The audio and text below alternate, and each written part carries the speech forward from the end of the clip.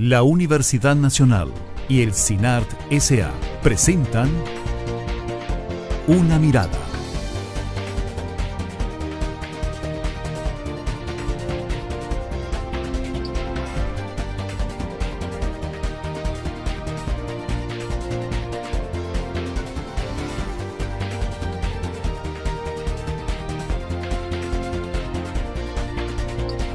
Una Mirada. Hoy,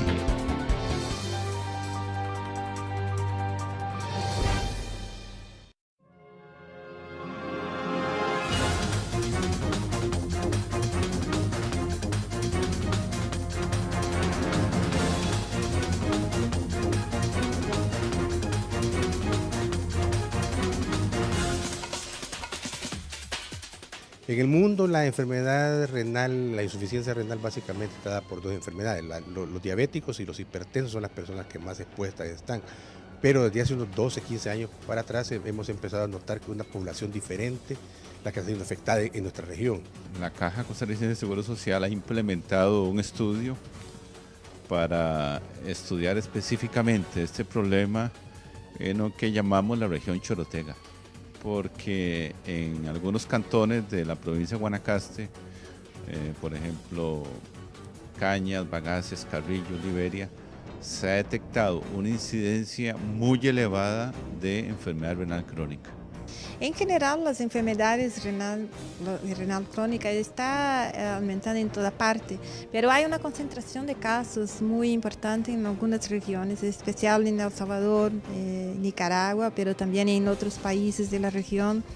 Y esto no se sabe cuál es la causa específica, pero hay muchas formas de hacer la prevención.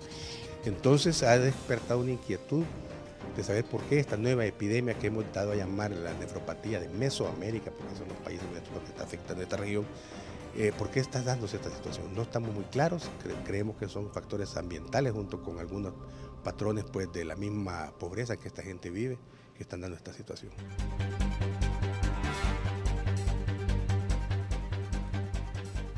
Hola, ¿qué tal? Bienvenidos a una edición más de Una Mirada, el programa de la Universidad Nacional y del CINART S.A. Mi nombre es Maribel Quiroz Jara y le acompañaré en esta oportunidad para que hablemos de un tema muy interesante al que realmente tenemos que prestarle atención, el tema de la enfermedad renal en Mesoamérica. ¿Por qué? Porque en los últimos 20 años se ha detectado que en varias zonas de la región mesoamericana y de Centroamérica se ha desarrollado más el tema de la enfermedad renal crónica, y esto ha conllevado varias investigaciones sobre este tema que han permitido determinar algunas posibles causas de esto y también posibles formas de abordarlo. Para hablar sobre este tema tenemos hoy como invitadas a la máster Jennifer Crow del Programa Salud y Trabajo y Ambiente SALTRA del Instituto Regional en Estudios en Sustancias Tóxicas IRET de la Universidad Nacional. Bienvenida, Jennifer. Muchas gracias.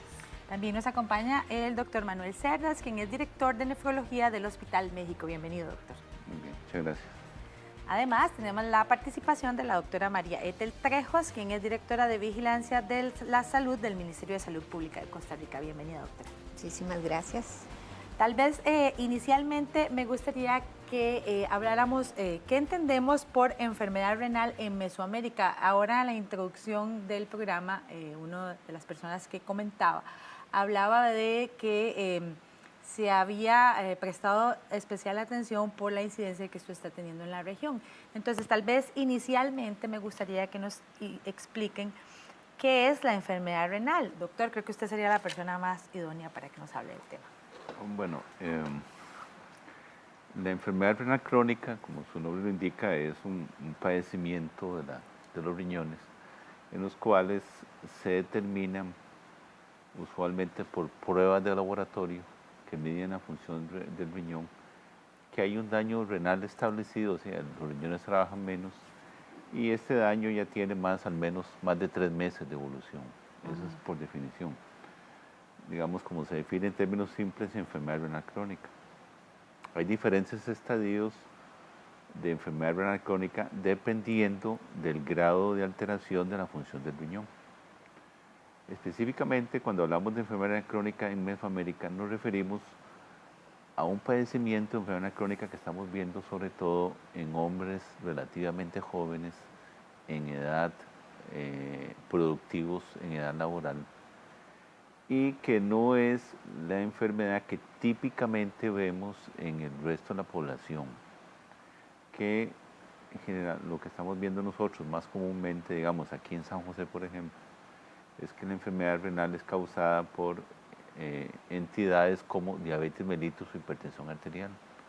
Pues resulta que este grupo particular de pacientes ni son diabéticos, ni son hipertensos, ni tienen antecedentes familiares de enfermedad del riñón, o sea, no es un problema genético ni hereditario. Y los estudios que hemos hecho no hemos encontrado alguna anomalía, digamos, del aparato urinario para explicar por qué hacen daño renal. Lo que sí hemos encontrado como en común es que se dedican a labores agrícolas, una buena parte de ellos, y generalmente trabajan a altas temperaturas, algunos con labores extenuantes que demandan un gran esfuerzo físico, que potencialmente pueden deshidratarnos. Esta enfermedad en este grupo de pacientes, que son tanto costarricenses como nicaragüenses, los que vemos aquí, usualmente sigue un curso silencioso, o sea, no les da ninguna manifestación. La primera indicio de la enfermedad es que se hace un examen y nos damos cuenta que tienen una función renal alterada. Y es, como se mencionó al comienzo, es más prevalente en la zona mesoamericana, tanto la que viene desde México como El Salvador, Nicaragua y Costa Rica, a lo largo de lo que llamamos Mesoamérica, sobre todo esta zona del Pacífico seco, en Guanacaste, es donde se ve más este problema. Ahora, ustedes lo detectan porque se nota que hay algún aumento en los casos en este tipo de población, pero doctora María Ethel, desde la perspectiva del trabajo de monitoreo, de vigilancia que realiza el Ministerio de Salud, ¿cómo analizan ustedes esta evolución de esta enfermedad renal en Mesoamérica? Porque llama la atención, como decía el doctor, que sea particularmente en esta zona, y bueno, luego hablaremos del tema de la población, pero que sea precisamente en lo que se denomina la franja mesoamericana. Sí, en realidad parte del problema que hemos enfrentado con esta enfermedad, como bien decía el doctor anteriormente, no es algo nuevo, es de más de 10 años. Sin embargo, por ser una enfermedad silenciosa, cuando se capta en los servicios de salud, ya va en etapas avanzadas de la enfermedad, y por ser una población, su gran mayoría masculina y en edad reproductiva, es una población que es menos consultante de los servicios de salud. Entonces, difícilmente se están haciendo chequeos médicos o exámenes de laboratorio, y entonces es difícil de captar. No existía en realidad a nivel podemos decir que a nivel de todo el territorio mesoamericano, un sistema de vigilancia que permitiera la captación de estos casos a raíz del problema que se ha generado, sobre todo en los servicios de salud, por la cantidad de personas que están acudiendo a los servicios de salud. Se han empezado a trabajar posibles sistemas de vigilancia para poder detectar y monitorear este tipo de población. Parte del desconocimiento no es solo sobre la etiología de la enfermedad, sino de cuál es la realidad que tenemos en cada uno de los países. De todos los países que componemos el bloque mesoamericano, solo en algunos países se han hecho estudios de prevalencia y no han sido necesariamente a nivel nacional para conocer realmente cuál es la situación. Entonces, lo que se ha venido trabajando en estos últimos tiempos es precisamente poner en el tapete como una prioridad la enfermedad renal crónica como un problema de salud pública para la región, y enfocarse en la necesidad de hacer estudios para determinar realmente cuál es la situación en cada uno de los países, porque hay países como El Salvador que tienen incidencias sumamente altas, hay otros en que uno no sabe si realmente tienen una baja incidencia o es que no están captando los casos y que están pasando desapercibidos por el sistema, ¿verdad? ¿De qué cantidad de personas estamos hablando aproximadamente? ¿Tienen una idea? A nivel de Mesoamérica, muy difícil. Tal vez el doctor Cerdas pueda darle algunos datos aquí a nivel nacional. No podemos decir específicamente qué cantidad de pacientes están afectados por este problema. Realmente aquí se presenta el fenómeno de lo que se llama de la punta del iceberg, o sea, uno ve lo que está en la superficie, pero probablemente se requieren más estudios para tener una visión completa del panorama de esta entidad. Sí le puedo decir que en El Salvador, por ejemplo, como mencionó la doctora, en los hospitales generales, la causa número 1 de internamiento es esta enfermedad. ¿Ah, sí? Sí, claro, y de mortalidad. En Costa Rica tenemos el problema serio ya, el cual se refleja, digamos, en el hospital que yo trabajo. Un buen porcentaje de esos pacientes van a requerir diálisis y trasplante, porque ya los riñones no le funcionan y estamos captando cada vez un número creciente de pacientes con este problema. Así que no podemos hablar de una cifra específica de número de pacientes. Sí podemos decir que es desproporcionado el número de pacientes que tienen este problema si lo comparamos con otros países y muy focalizado a ciertas regiones. Y si hay una campanada de alerta en ese sentido, tal vez lo que usted mencionaba de que, o sea, la gravedad de los casos o la frecuencia con que se están presentando, pues sí han ya hecho un llamado de atención a las autoridades en salud de las naciones centroamericanas. Ahora, ¿son todas las naciones o solo las que tienen franja mesoamericana? Hay casos desde México, Guatemala, pero donde más se ha visto es El Salvador, Nicaragua y también Costa Rica. Específicamente lo que llamamos la región Chorotega. Cae mucho dentro de la definición de Mesoamérica, sí, que es esa región que compartimos una historia, una cultura y las mismas culturas indígenas que existieron son muy similares. Es en esa región. Ahora, doctor, usted mencionaba que usualmente esta enfermedad renal crónica está asociada con otros padecimientos, ¿verdad? O con algún tema relacionado con el estilo de vida de las personas, pero en este caso estaría asociado con otro tipo de factor. No sé si se ha estudiado el tema hereditario o si tiene más que ver con el tema que usted mencionaba también del trabajo que está realizando esta gente. Bueno, aquí yo le puedo decir específicamente que el tema hereditario no lo analizamos. Tuvimos una reunión en noviembre donde se analiza con expertos en genética el tema hereditario y no hay algún factor hereditario que explique de las enfermedades desconocidas ni para proponer una nueva desde el punto de vista de genético hereditario. Y aquí en la parte puramente de algún factor laboral o ambiental, me gustaría más bien oír a Jennifer, claro, que es la experta en este campo.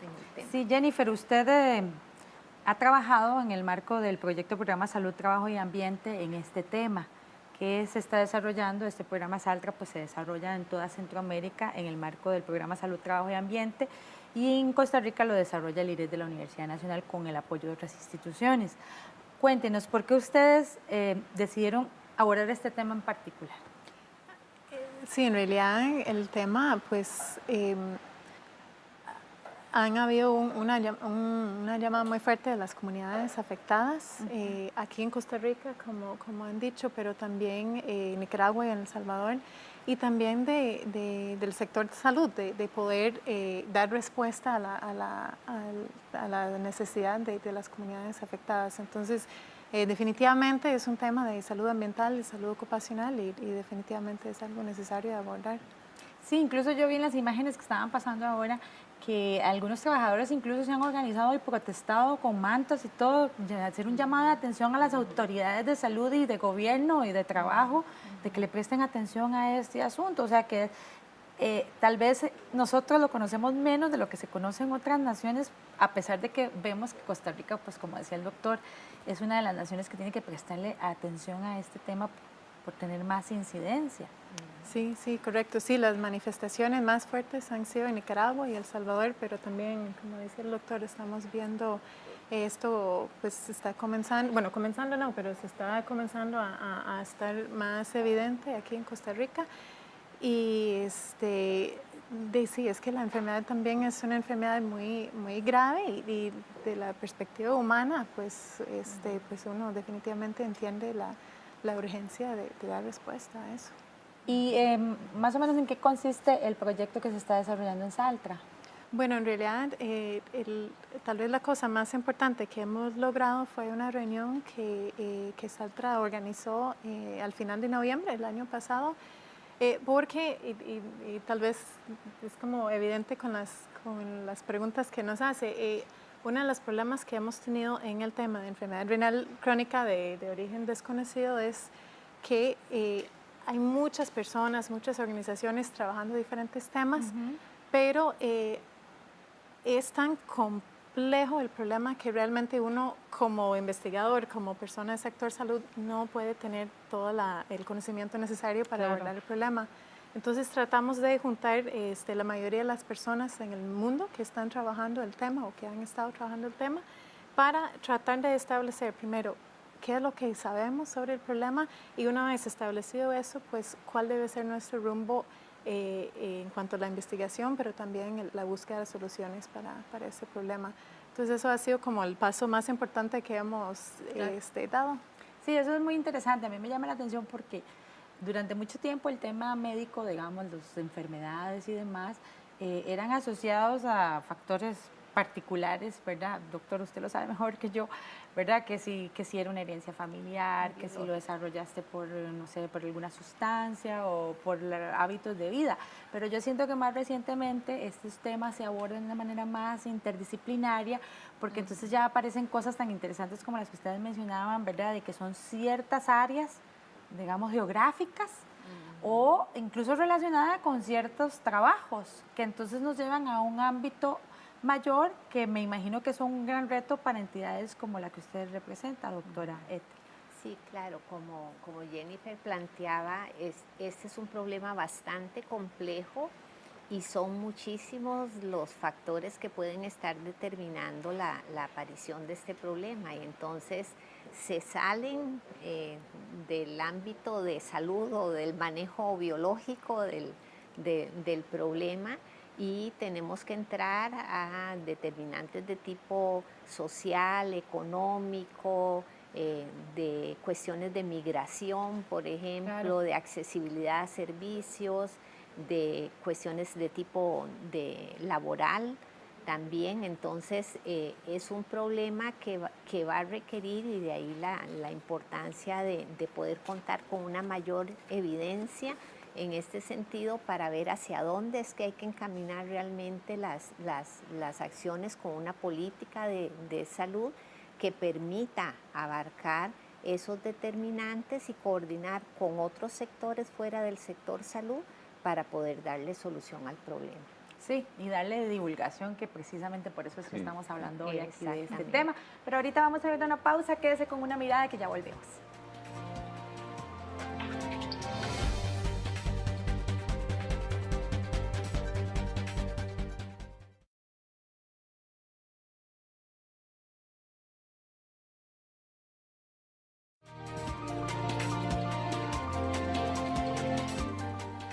Continúa usted con una mirada al programa de la Universidad Nacional y el CINAR S.A. Hoy estamos hablando de enfermedad renal en Mesoamérica, precisamente porque cuando nos hablan de salud, muchas veces no le prestamos la debida atención al tema del riñón. Y estábamos conversando con el doctor Manuel Cerdas, que precisamente tal vez uno de los primeros factores de los que deberíamos prestar más atención es precisamente que la gente no habla sobre el tema de sus riñones tan frecuente como hablaría del corazón o de los pulmones, de que me duele la cabeza.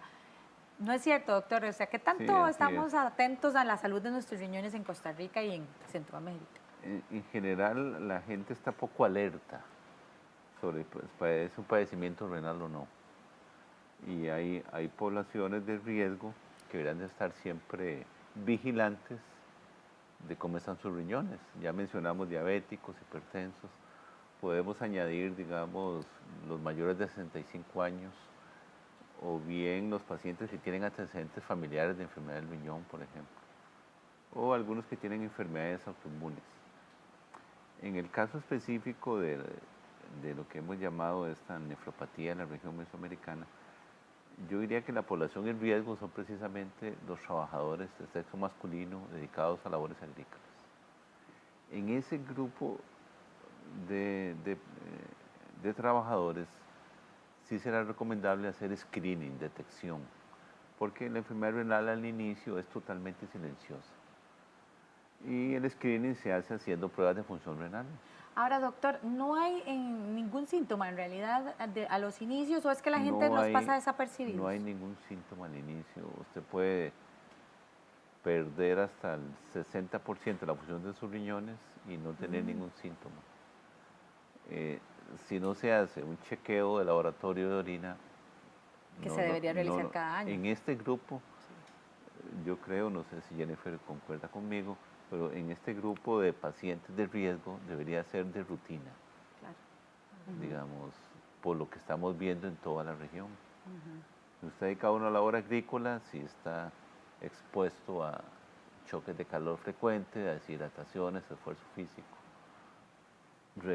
repetidamente, en este grupo de trabajadores debe realizarse es determinación de pruebas de función renal para tener la certeza si andan bien o no. Y cuando ya está avanzada, solo a través del examen, ¿no hay ninguna otra No, cuando ya la señal? enfermedad está más avanzada, la gente o el paciente va teniendo síntomas como anemia, hipertensión arterial, algunos se hinchan, otros no, cambios en el aspecto de la orina, pero generalmente la enfermedad en las etapas iniciales es bastante silenciosa. Ahora, en este caso particular de la enfermedad renal en Mesoamérica, ustedes en los estudios que han realizado, pues están vinculados más que todo con un tipo de población. Decía usted, doctor, que son más hombres. Sí, o sea, al menos de los pacientes que hemos visto en los estudios que se han publicado, porque ya hay estudios publicados de El Salvador, de Nicaragua, yo tengo un pequeño estudio de los pacientes que han llegado al México, todos son de sexo masculino, y todos tienen el antecedente de elaborar, todos siguieron inicialmente un curso silencioso de enfermedad, y la detección fue porque se hicieron exámenes de laboratorio de orina y se vieron que estaban alterados. Si no hubieran pasado desapercibidos hasta etapas más avanzadas.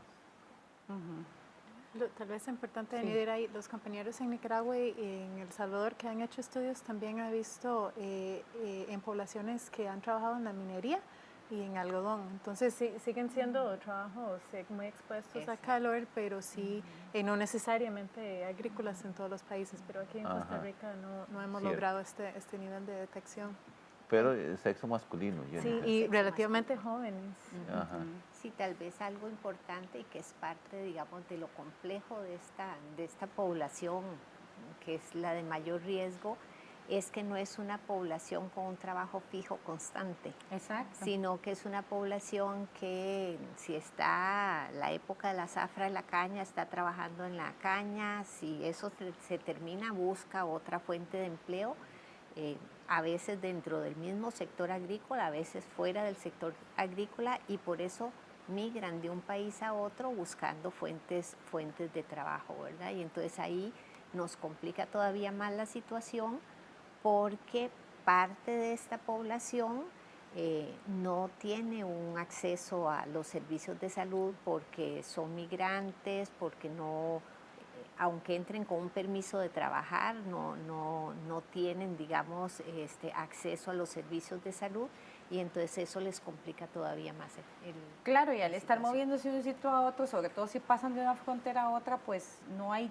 tiempo suficiente, me imagino yo, como para que usted, como quien dice, se asiente, ¿verdad? Y diga, ay, me voy a ir a afiliar a la clínica para hacerme unos exámenes, porque son temporadas cortas pero muy intensas de trabajo. Exactamente. Ahora, ¿en todas tiene alguna relación con el tema de la exposición a altas temperaturas? Pues eso es lo que creemos hasta el momento, pero y tiene que quedar claro, hay mucho para estudiar todavía, hay otras hipótesis, pero donde existe evidencia hasta el momento es por lo menos en exposición a estrés térmico, es la condición en que el cuerpo tiene que luchar para mantener su temperatura normal, y en la deshidratación, o sea, la falta de agua constantemente. ¿Qué se definiría por estrés térmico? Estrés térmico es una condición en que, bueno, el cuerpo humano es bastante capaz de mantener una temperatura basal, y normalmente nosotros estamos jugando un partido el fin de semana y logramos mantener la temperatura, ¿verdad? Pero una condición de estrés térmico, ya que sea por el calor del clima, del sol, de la humedad,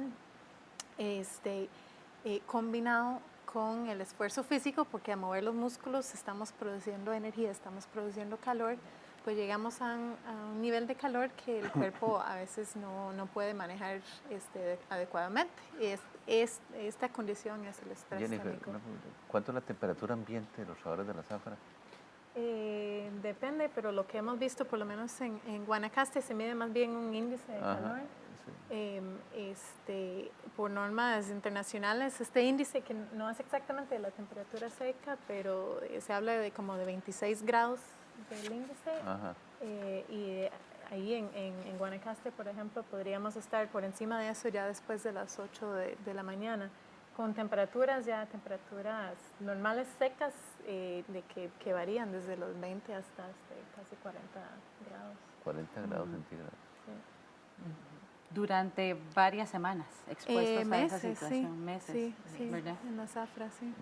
40 grados, digamos, hoy hemos sentido calor, no hemos llegado a 30. Imagínese ahora usted con esfuerzo físico a 40 grados. Sí, y durante más de 8 horas, ¿verdad? Bueno, en exposición continua. Sí, aunado a eso, sí, porque otro de los problemas que se presenta, sobre todo con los trabajadores de la caña, es que el pago no es por una jornada laboral de X número de horas, sino que es por destajo, por lo que produzcan. Por el peso de lo que cortan. Entonces, eso hace que ellos, con tal de ganar más, se extralimitan en los tiempos de trabajo para poder obtener un mejor salario. Sí, precisamente por todas estas condiciones que ustedes mencionaban es que se habla de la nefropatía de Mesoamérica.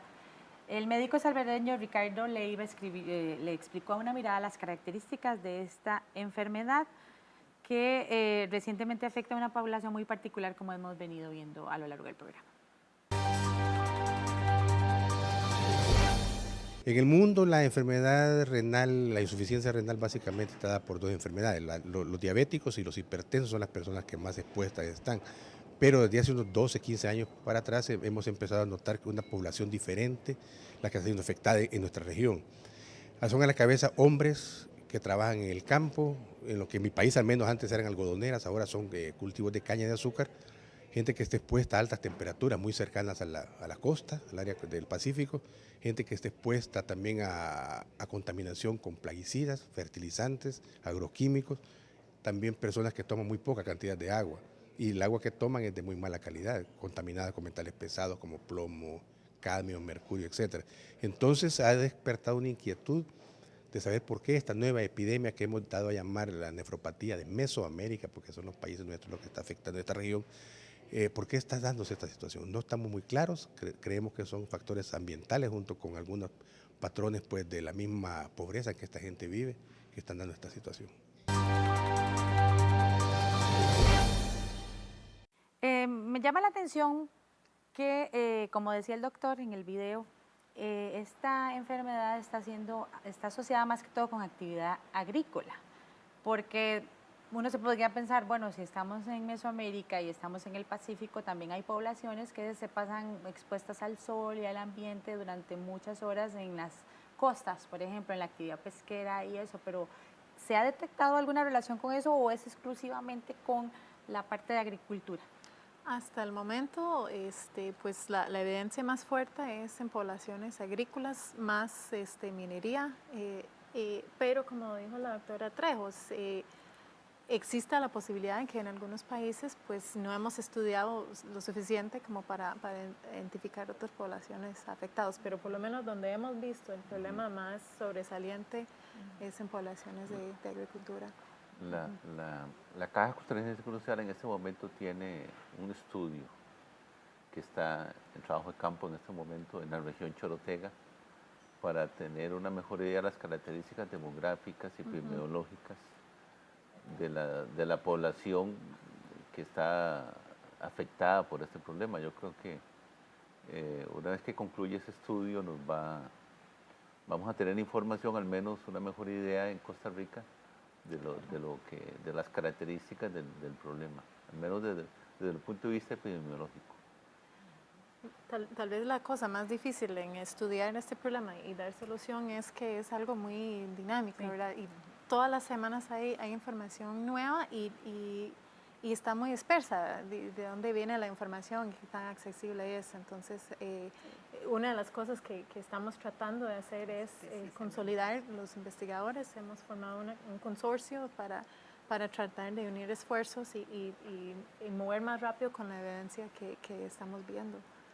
Y el reto de que como usted decía, doctora Ethel, que esa población se mueve de un país a otro, porque ya entonces involucra las políticas de salud de toda una región. Claro, precisamente por esa razón es que a nivel de la Comisca se planteó el problema como un problema de salud pública para ser asumido por todos los países de la región, porque al ser un problema común y al haber esta migración de personas de un país a otro, pues tenemos que buscar soluciones conjuntas, ¿verdad? Porque nada hacemos, digamos, si trabajamos aquí en el país y por ejemplo, Nicaragua, que es nuestro vecino del norte y con el que más migración tenemos, no está trabajando en paralelo porque entonces seguiríamos con el mismo problema.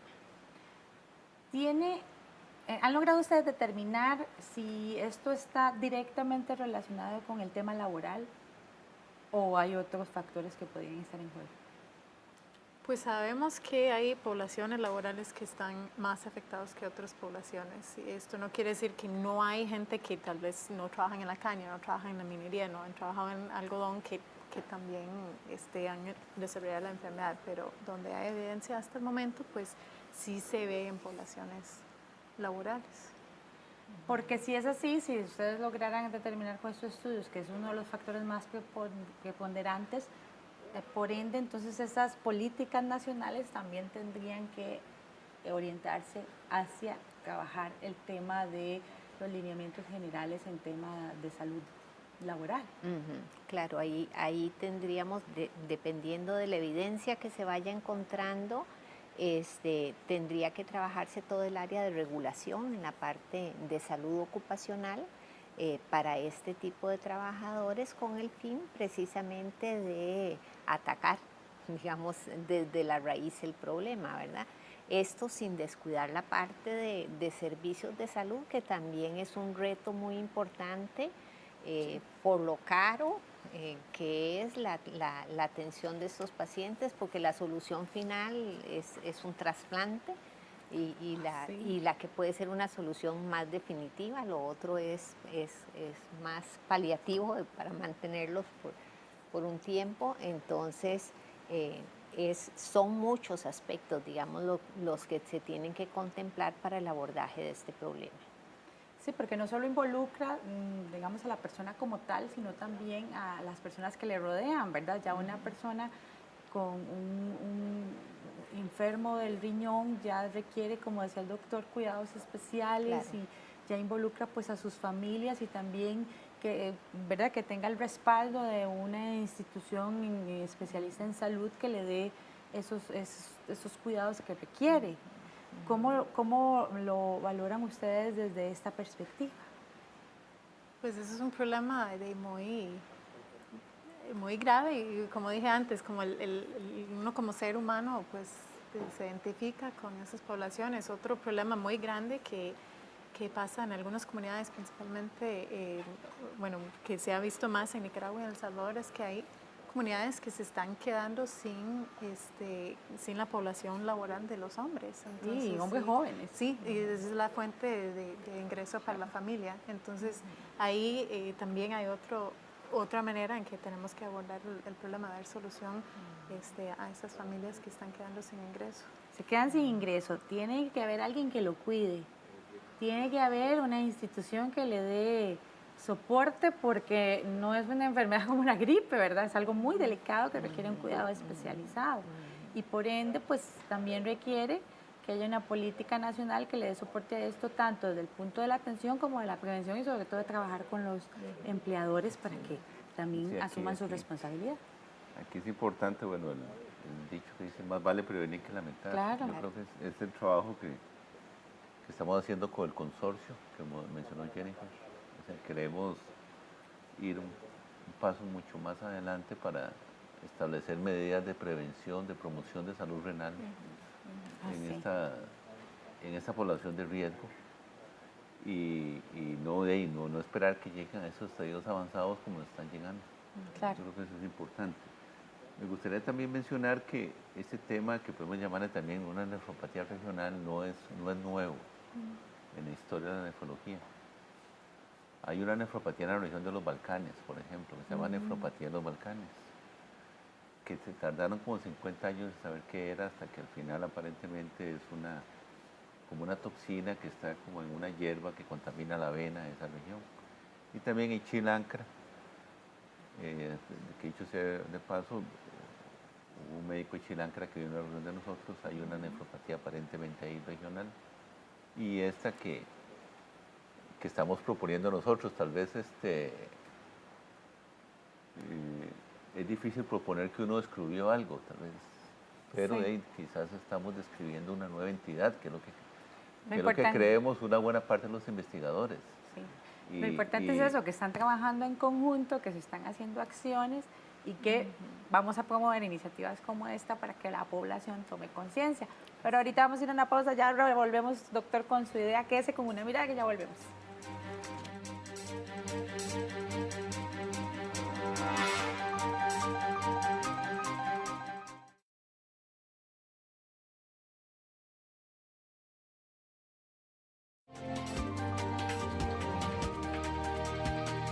Continúa usted con Una Mirada, el programa de la Universidad Nacional y el CINAR S.A., hoy con el tema de la enfermedad renal en Mesoamérica. Doctor, usted nos comentaba en el bloque anterior que no es la primera vez que en la historia de la medicina se habla de este tipo de padecimientos y que aquí lo importante es precisamente apoyar la investigación de estas. Sí, yo quiero en este punto tal vez resaltar la importancia de la reunión que tuvimos en noviembre. Esta fue realmente una reunión donde concurrieron expertos de todo tipo. Habían expertos en metales, en tóxicos, en insecticidas, estábamos nefrólogos, había epidemiólogos, habían colegas del Instituto Karolinska de Suecia, por ejemplo, que son los que dan el premio Nobel, de la Universidad de Colorado, de la Sociedad Latinoamericana de Nefrología. O sea, fue realmente un grupo multidisciplinario muy bien conformado, de mucho peso, y revisamos todos los aspectos que pueden estar involucrados en esta enfermedad, como por ejemplo la calidad del agua que toma la gente en estas regiones, los metales, el uso de insecticidas, el choque de calor que ya hemos revisado. Ya se han hecho biopsias de riñón a algunos de estos pacientes, revisamos las características de las biopsias y por supuesto el aspecto laboral, así que tenemos una mejor idea y esperamos plasmarlas en un documento por escrito que está aquí Jennifer trabajando como editora, que sea para que darnos una mejor idea en realidad de de esta nueva entidad que tenemos hipótesis de que que la puede producir y tomar las medidas del caso, como usted menciona. Yo creo que de momento lo razonable sería como ver qué tipo de jornada de trabajo está haciendo esta gente, que no se expongan a tanto calor, que se hidraten mejor. De momento eso es lo que... Y rutinariamente determinar la función renal en ese grupo de trabajadores. Y seguir monitoreando este tipo de enfermedades como tantas otras que usted, doctora, me mencionaba en el corte, que aquí lo importante es que se tome conciencia de que hay que apoyar con fondos para poder trabajar en la investigación que dé resultados que mejoren la calidad de vida de estos trabajadores. Claro, eso es muy importante. Para poder, por ejemplo, realizar el estudio de prevalencia implica toma de muestras, análisis de laboratorio, eso encarece los estudios, entonces es importante poder contar con un respaldo económico para poder obtener una información que para el país va a ser muy valiosa. Claro, y que va a ser la base para poder hacer un plan que nos permita prevenir, como decía el doctor, que es lo más importante, y que con él coincide la representante de la Organización Panamericana de la Salud, Agnes Suárez, quien aseguró que se desarrollan políticas de prevención para evitar que la población mesoamericana desarrolle enfermedades renales. En general, las enfermedades renal crónica está aumentando en toda parte, pero hay una concentración de casos muy importante en algunas regiones, en especial en El Salvador, Nicaragua, pero también en otros países de la región. Y esto no se sabe cuál es la causa específica, pero hay muchas formas de hacer la prevención. Y si pensamos que la organización del trabajo, que es de hacer con que el trabajo se ocurra de forma segura, en ambiente saludable, que los trabajadores tengan acceso a la protección, es una cosa en que se hace la prevención de muchas enfermedades, incluso si la causa es de exposición ocupacional, se puede hacer la prevención. La otra forma es también mejorar en todo el país la seguridad química, que también disminuye la exposición, en especial, por ejemplo, a los plaguicidas que son ya acordados en acuerdos internacionales que son de alto riesgo. A tener una política de prevención, de exposición de trabajadores, pero también de la población, es fundamental para esto. Y la otra forma es también que se conozca mejor dónde ocurre la enfermedad con mayor intensidad, que es por eso las políticas de mejorar la información en salud, mejorar el registro de pacientes, mejorar el acceso de los pacientes a los servicios de salud, es una forma de prevención, es una forma de conocer la monta del problema, pero también de prevenir que el exceso de mortalidad que ocurre por cuenta de la enfermedad.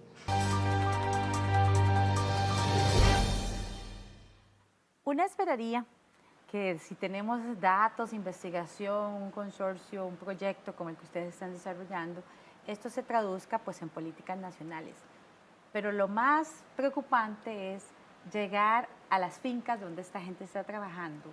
Gente usualmente muy pobre, de zonas muy deprimidas, ¿verdad? Social y económicamente hablando, que trabajan para compañías o empresas o personas que sí tienen recursos para desarrollar este tipo de actividades y que usualmente a lo largo de la historia de Centroamérica su preocupación por la salud laboral no ha sido la principal. ¿Cómo incidir en que estos patronos tomen conciencia de que están jugando con la salud de la gente y que no estamos hablando de una gripe que se va a curar en una semana? Sí, ese tema que toca es muy importante y involucrar al sector agrícola en todo este trabajo es uno de los pasos importantes. De hecho, bueno, ya acá en Costa Rica se han hecho algunos intentos, digamos, de coordinación de trabajo con, por ejemplo, la gente de las cañeras, que es donde mayor problema se ha evidenciado, y algunos ya están por voluntad propia tomando algunas medidas tratando de mejorar las condiciones del trabajador, modificando jornadas de trabajo, por ejemplo, o tratando de ver cómo se dota de lugares donde los trabajadores puedan ir a hidratarse adecuadamente. Eso está apenas empezando. Yo creo que hay mucho por delante y todavía mucho por investigar, porque también nosotros le podemos decir, bueno, hay que hidratar a los trabajadores, bueno, ¿cuánto? ¿Cómo? ¿Con qué?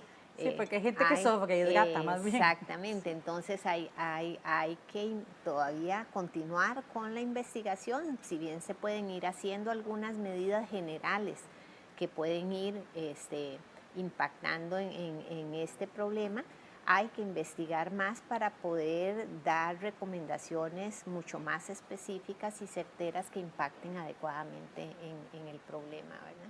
En eso trabajan también ustedes desde Saltra. Sí, eso iba a decir, tanto en Saltra como recomendación que salió del taller de investigadores en cuanto, porque es cierto, tenemos que ir trabajando en temas sin saber toda la panorama de las causas, ¿verdad? Entonces, una de las fortalezas que puede brindar Saltra es tener investigadores en todos los países, y desde el consorcio ya tenemos recomendaciones para que todos estamos trabajando de una manera parecida cuando ya conseguimos fondos para hacer investigaciones, ya que sean grandes o cosas pequeñitas, pero para tratar de mejorar condiciones, que sea algo que sea parecido en todos los países y que puede generar recomendaciones más generales. Y el gran reto, doctor, como usted mencionó al inicio, el que la gente tome conciencia de que tiene que cuidar su salud renal también. Sí, en particular el grupo en riesgo que vive en esta región. Claro. Y que trabaja en estas labores.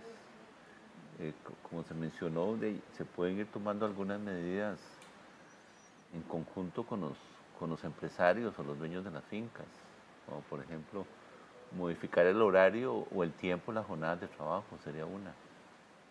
El otro es la hidratación antes, durante y después de la jornada. Y qué tipo, con qué soluciones se van a hidratar los trabajadores. Y por último, si alguien ya tiene evidencia de laboratorio, aunque no necesariamente clínica, de que tiene enfermedad crónica, este trabajador mejor no reubicarlo en otra labor diferente a la que ha venido siendo usualmente, y darle un seguimiento de su función renal que perfectamente puede hacerse a nivel de atención primaria, no tiene que ser necesariamente visto por un nefrólogo. Un médico general o familiar bien preparado en el tema puede darle seguimiento a estos casos.